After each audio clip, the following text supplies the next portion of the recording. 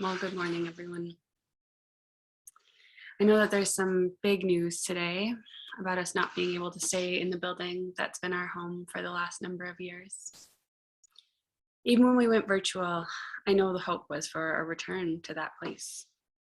The future is unclear, and we promise to stay in touch with you as things unfold. And as we consider how we leave this church building, I couldn't help but be reminded of my experience leaving my church home. I think many of you know that a formative part of my story is that I used to be a Lutheran pastor, but was asked to leave that denomination. And as I reflected on my story, I thought it might be helpful for how we live through this transition. So I hope you'll permit me to do a bit of reflecting and harvesting for us. Initially, I had a lot of anger and hurt, and the only story I could tell about it was that I was kicked out of the church. It was wrong, it was unfair, it wasn't my fault, and it was devastating. And those things were all true. I felt really helpless and abandoned. I cried anytime I was in a church over the next couple of years. I couldn't even go to the Zen meditation center without losing it. From this, I learned that we're allowed to have our initial reactions. There is no point in pretending like we aren't feeling what we're feeling. We don't have to hold on to these stories forever, as we'll see, but it's healthy and important to tell the truth about our experiences as they're happening. But here was the first of the hidden gifts. I had to develop my spirituality for myself. I was in this wilderness wandering time, a classic theme, when I had to sort out what I wanted to hold on to and what I didn't. When I had to evaluate what community meant to me. When I had to really ask, why would anyone go to church? What does it mean to go to church? What is it about it that I miss or that I don't miss? Because this is the other thing I started learning very quickly. Though this journey was not one that I felt prepared for, let alone eager to be on, it was always one of healing and growth. This territory that felt like a wasteland or a minefield turned out to be full of not only lessons, but blessings. And one thing I can confidently say is that one of the biggest ways the universe has looked out for me, provided for me, shown up for me, is forcing me out of spaces and relationships and situations that are too small for me. I keep trying to fit myself into things that I think should work, not daring to hope for something better, but that never lasts. And for years, I focused on the pain and the sting of leaving, fighting for my limitations, fighting to stay in something that wasn't right. And then it was the anger of rejecting everything that felt remotely connected to that world. But that sneaky, abundant, resilient, unfailingly generous universe was always around the corner with gifts I could have never imagined. This, I have firmly come to believe, is how the world works if we're open to it. And I only believe that because I've experienced it. The things that seem like the worst things can sometimes become the best things, or at least become great teachers if we let them. I also learned that things are never quite what we think they are, and that things always change. I don't know when exactly it happened, but slowly my heart started to soften around church. Slowly I started to get curious and to listen. For years, friends and mentors had suggested that I look into Unitarian Universalist churches to try one out.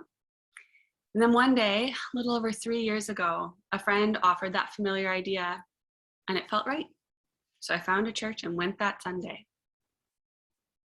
Even being able to step into the building felt like progress. Researching church websites, getting dressed that morning, I never knew that church meant so much to me, that I craved it beyond habit, even if I wasn't the one creating it.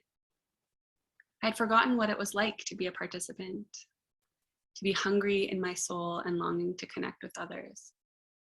I had forgotten why people went to church, why I went to church, but I was remembering and relearning. And the greatest gift of all of this was that I felt more at home than I ever had.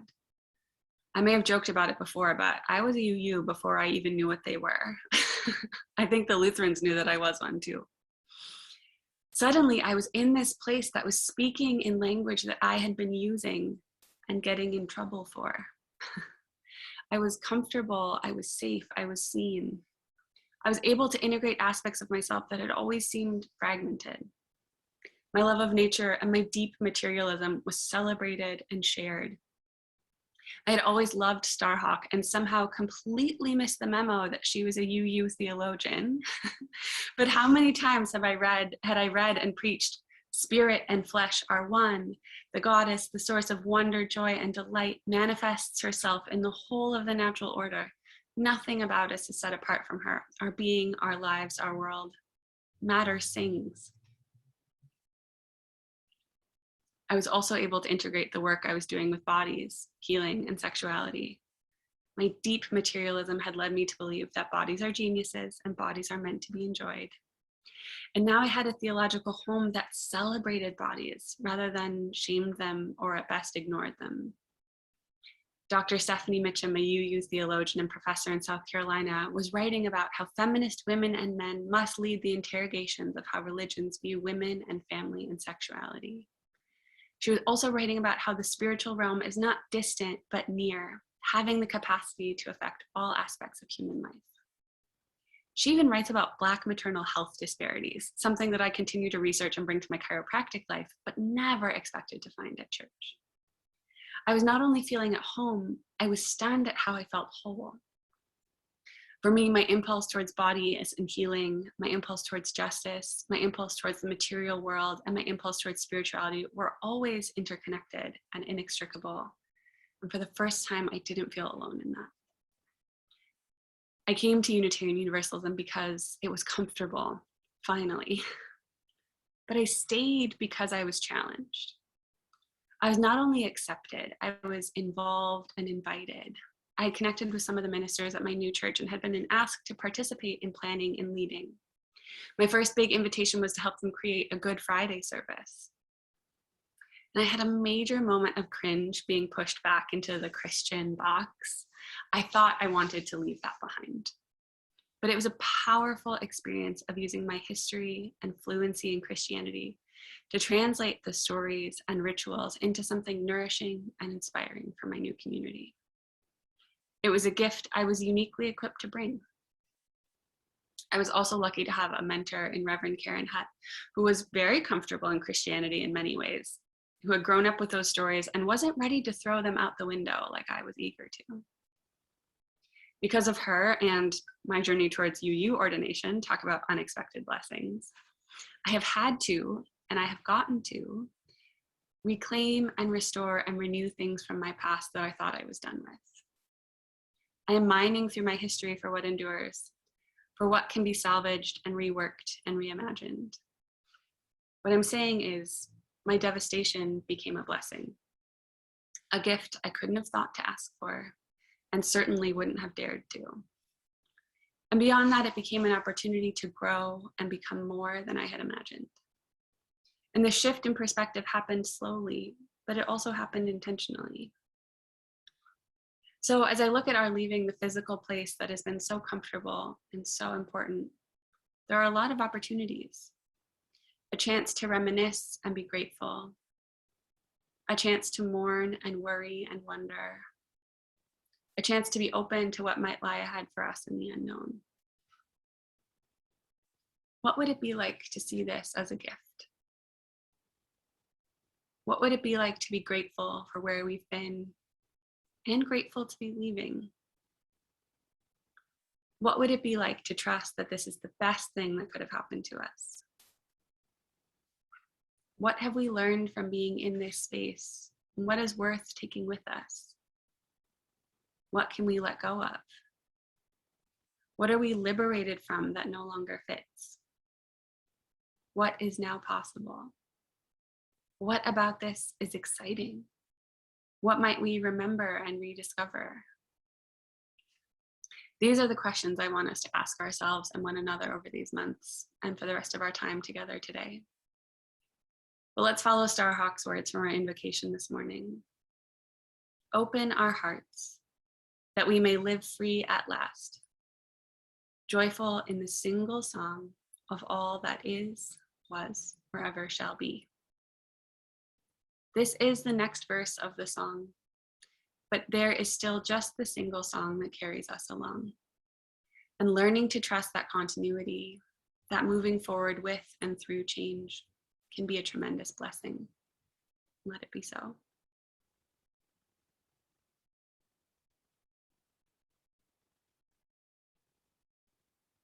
We'll give us a moment of some silent reflection, unless, Chuck, you have another beautiful guitar piece. Or actually, will you just play that one again? Can we just listen to that again as a little bookend and sort of sink into that experience? And then we come back, we'll sort of wander around those questions together about, yeah, what it might be like to see this as a gift.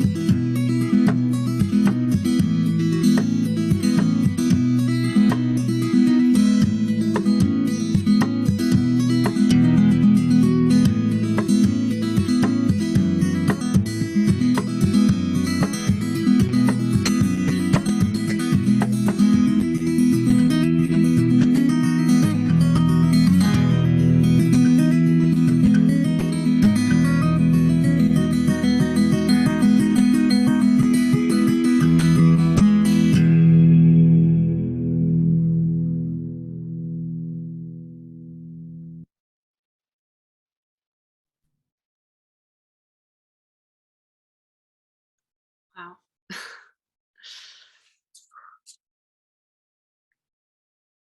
So as we move into our conversation here, I am just going to dump a bunch of those questions into the chat. And let me just read them again for us. And this is how I hope we can frame a little bit of conversation time. What would it be like to see this as a gift? What would it be like to be grateful for where we've been and grateful to be leaving? What would it be like to trust that this is the best thing that could have happened to us? What have we learned from being in this space, and what is worth taking with us? What can we let go of? What are we liberated from that no longer fits? What is now possible? What about this is exciting? What might we remember and rediscover? And I want to offer all of this and say there will be plenty of time to discuss logistics and plans. And right now there's just a lot that we don't know. So my hope is that our conversation doesn't get stuck on specifics. There'll be time after the service today when folks who want to be involved with inventorying or planning and moving and all of those things. But I want us to, my hope is that we stay out of like tactical conversations and stay in a reflective space. So I know for some of us this is new, some of us have been thinking about it for a little bit. There are a lot of questions and we will definitely have and hold space for that. But right now, let's just like deal with the emotional level of this and the spiritual level of this, and we'll sort out the logistics later. Does that sound fair and helpful? All right. The floor is yours. Where is your heart? And if those questions don't land for you, maybe it's like, is there a time when you have had to reframe some stories? Has this happened to you before in ways that you can draw on that is helpful? So those are the questions that I'm asking you to harvest from, and let's see where we go. Well, Kelly and I have been a part of this group since the beginning, I think the very first location. And for every physical move that we've had, there's almost always been a drawback or at least an apprehension, if not tangible downsides, but there's always been a benefit that we don't always see going into it. There was always and every place we made it right for who we were or who we were becoming at that point, I think.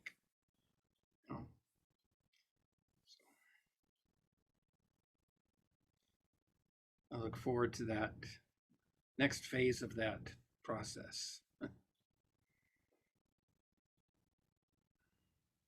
And Kelly and I were talking between the council meeting and the service, and seeing, having a multi-platform situation is great, having an online presence, but there's a spiritual value to place and making whatever new physical location we're in have the right feel for us is going to be I think a valuable part of it.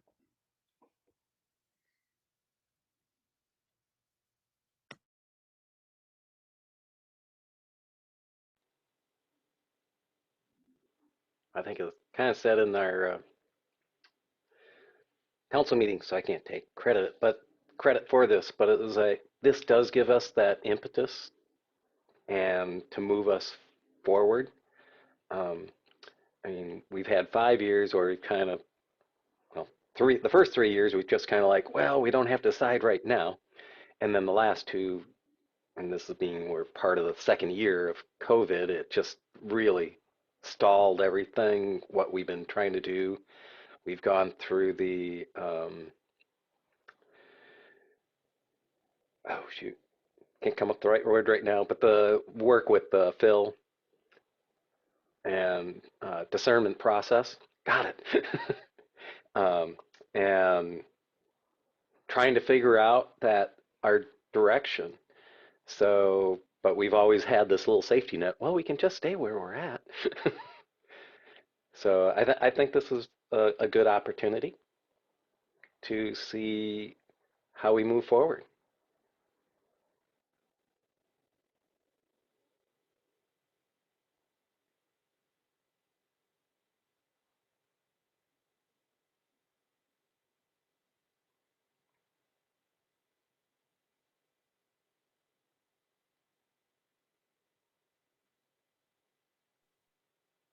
Have there been times in your lives when you felt sort of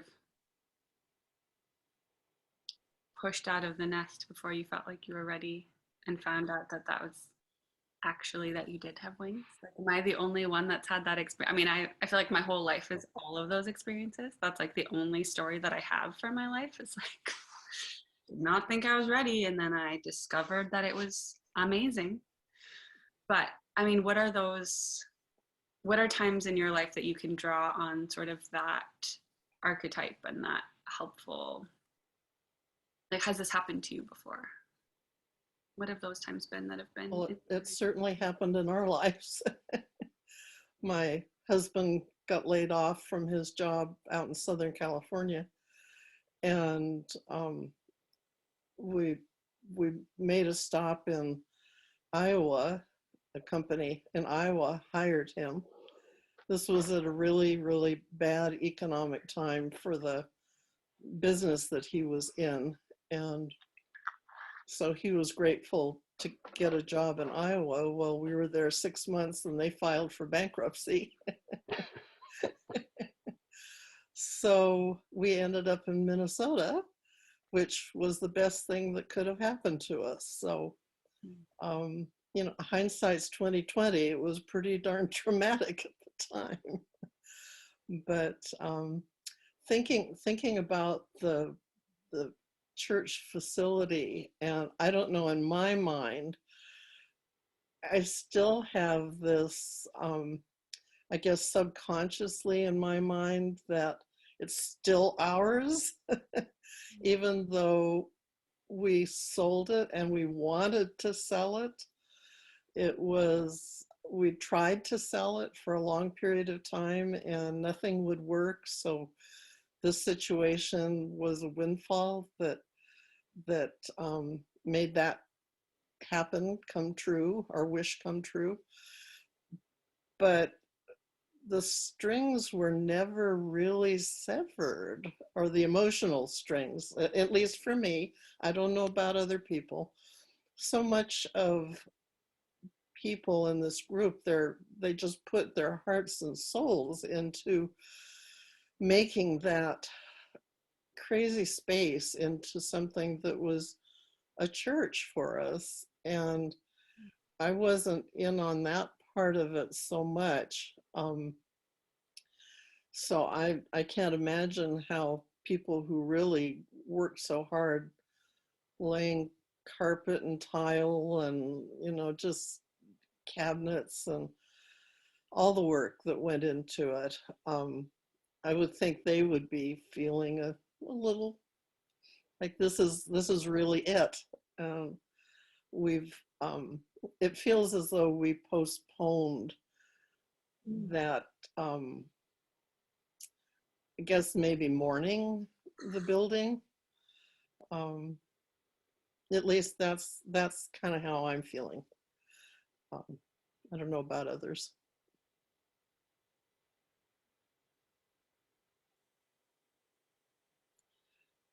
Can I ask Chuck a quick question? Is there a link to that festival that you were talking about that you could put in the chat? Because that was amazing.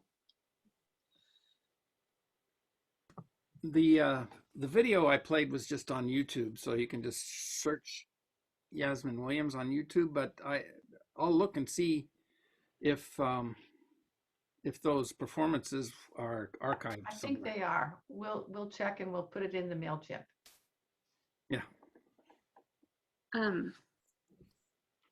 One thing I want to say that I think has been very true of my theological journey, and I got this, I think, really starkly when I was a chaplain, discovering how Unitarian Universalist I was, having to act in that way in a hospital. And one thing I would say to folks all the time is like, I don't know what's true, but I'm really concerned about what's helpful. And so there were certain people that had theology or stories. I mean, I remember I had two patients. They were literally in rooms next door to each other. And one woman was saying, more than you can handle. And I was like, okay, here we go, gearing up. Like, that's my favorite theological full honky to undo because I think it's so damaging. And she was like, and so that means that doctors and nurses are going to surround me with care, that my community will show up for me, that I won't be alone in this. And I was like, wow, okay. I don't think that's true, but that's a really, really helpful story for you to have through this. Woman in the next room, same thing. I know God doesn't give you more than you can handle, but I'm certainly not handling this very well. And I don't know what I am missing because God knows something I don't, but I am just miserable and I can't handle this. And I was like, well, great. Maybe that's not a helpful way to frame the story, right? And so, you saying like moving to Minnesota, getting laid off from that job and then the company going bankrupt was like the best thing that ever happened to us. And it's like, there are a lot of ways to tell that story.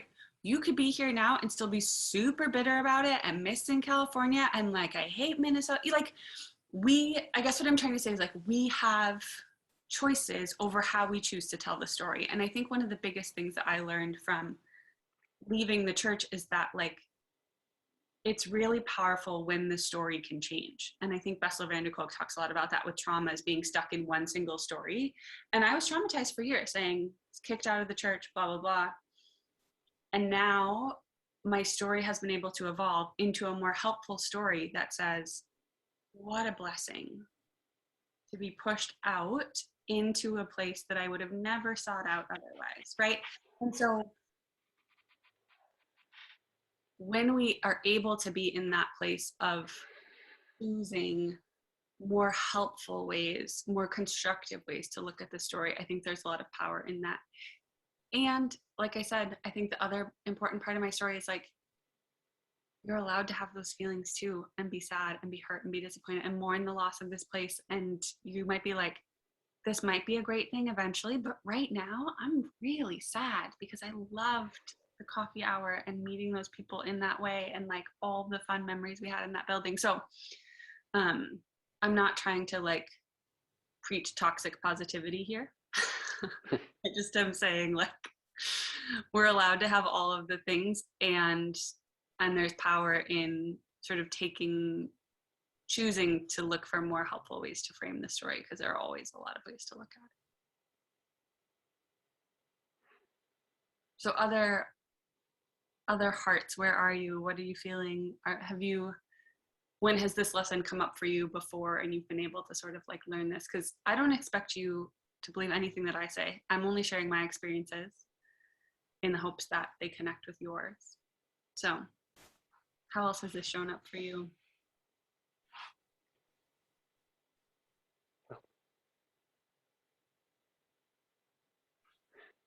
I know in my career, I've been laid off, so I know that feeling like, okay, they don't want me anymore.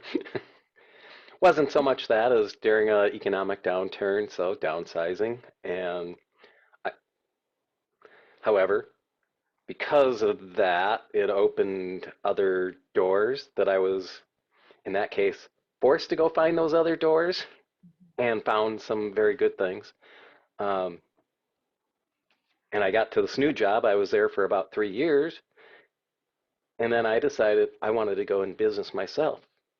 So so instead of being forced to go through a door, I was making a decision. However, it's probably almost harder to do that. Walk in and I quit. Mhm. Like, what are you going to do? well, this is what I plan on doing. So I felt like I was walking up to that cliff, and it's like, okay, I'm jumping, Mhm. and see how it ends. And you know, all those choices, whether they've been something forced or something I've been able to make,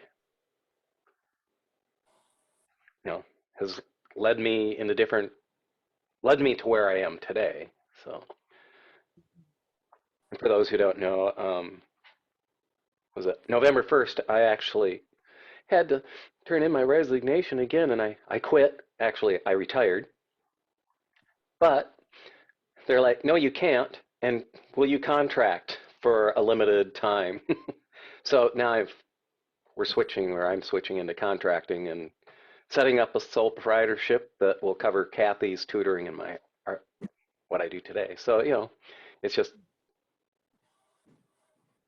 one of those things where you just, you know, the story's not written, and it's how you react, take the opportunities that are presented, be willing to say yes, you know, to when opportunities come up, and just not say, well, it'd be simpler if I just stayed no and stay where I'm at, right? So I've always joked that one of my memoir titles would have to be Unexpected Pathways to Joy. Like, yeah. Linda, it looked like you had something you wanted to offer. Yeah. Go back in my brain. When I'm thinking, kind of reflecting on what Stephanie's talking about, we're always in some kind of change. And I feel like I maybe in a way look for things to change when I'm where I'm at. And then I'm not appreciating where I'm at. And then it changes and I wish I was where I was. But change is always, you're always in some kind of change, aren't you? Even if you think about it, if it's aging or moving or watching your kids grow up or watching your kids get married or you getting married or you getting divorced, or there's always some change if we compress our time, and it's compressed when we look backwards. But with that always comes, I think, in some way grieving too, because it is change, and with change there is loss. Even though there is gain, there is loss. So just like Megan was saying, you were forced into those changes and there was loss. And then you have that feeling of loss of control, which makes you scared and maybe angry. So there's really a cocktail of emotions and stuff that you get hammered with, that now you have to deal with it. And just going through things with my kids, when they're struggling, I somehow I get out of my my wisdom brain, and my emotions just kind of make me paralyzed. Like I want to say things that are going to be helpful and encouraging, but everything that comes out of my mouth sounds so stupid. It sounds like a dumb cliche. Like I don't even believe that. How do I expect them to believe that? But come on, I know more stuff. I should be able to say something that really is helpful, that has some depth to it instead of these platitudes. And that's kind of where I'm at with my kid right now, is helping them deal with change that they're stuck in the throat of it, not wanting it, but wanting where they are to be what they want. And it's so hard to know how to help them through the change. And I think listening to this, I'm realizing all of that, realizing that I want to have a role in being helpful and nurturing and all of the good things that hero mothers are. And I'm kind of flapping around, floundering. I don't know what to say.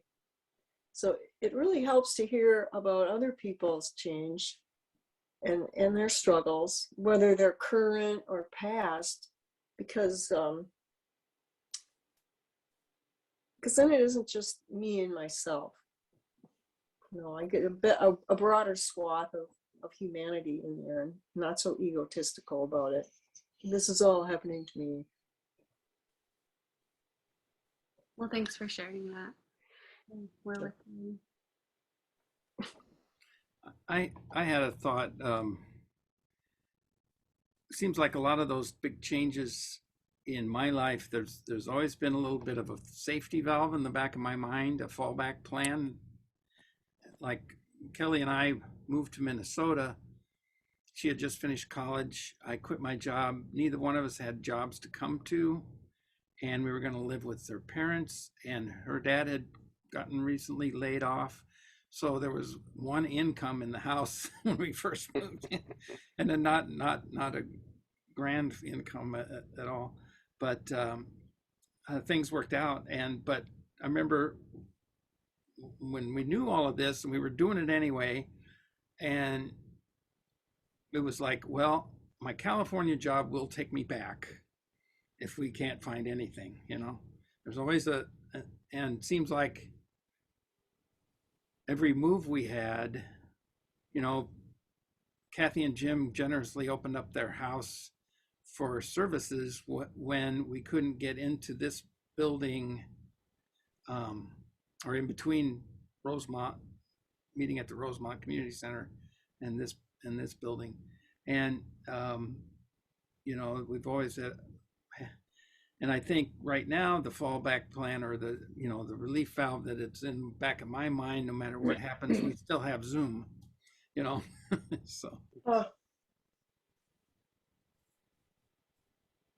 Well, I want to honor our time. And I hope these are conversations that we can continue during our coffee hour. But yeah, I guess I'd just like to close with our opening, the same invocation of Starhawk. So if you would, nameless one of many names, eternal and ever-changing one, who is found nowhere but appears everywhere, beyond and within all, timeless, circles of the seasons, unknowable mystery, known by all, Lord of the dance, mother of all life, be radiant with us. Engulf us with your love, see with our eyes, hear with our ears, breathe with our nostrils, touch our hands, kiss with our lips, open our hearts, that we may live life free at last, joyful in the single song of all that is, was, forever shall be. Let it be so.